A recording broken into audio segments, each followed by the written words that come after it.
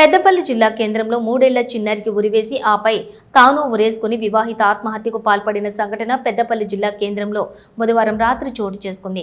పట్టణంలోని టీచర్స్ కాలనీలో నివాసం ఉంటున్న లోక సాహితీరెడ్డి కూతురు వీతన్య రెడ్డికి ఉరివేసి ఆపై తాను కూడా ఉరేసుకుని బలవన్మరణానికి పాల్పడింది. మృతురాలి భర్త వేణుగోపాల్ రెడ్డి ఎల్ఐసిలో పనిచేస్తున్నారు.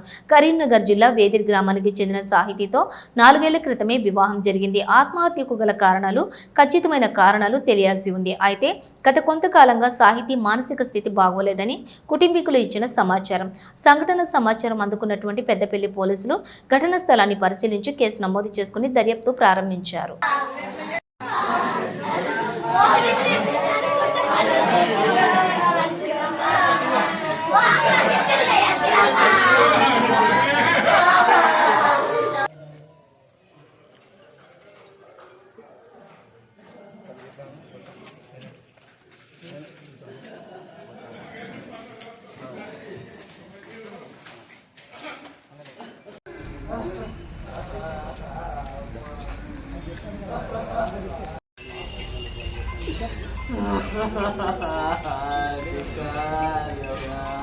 అమ్మాయి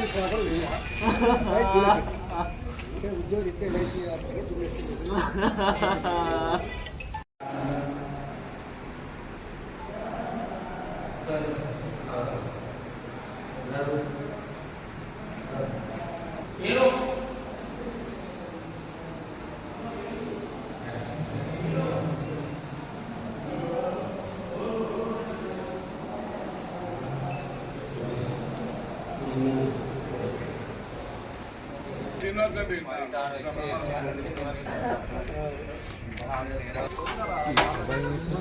ఎల్ఐసి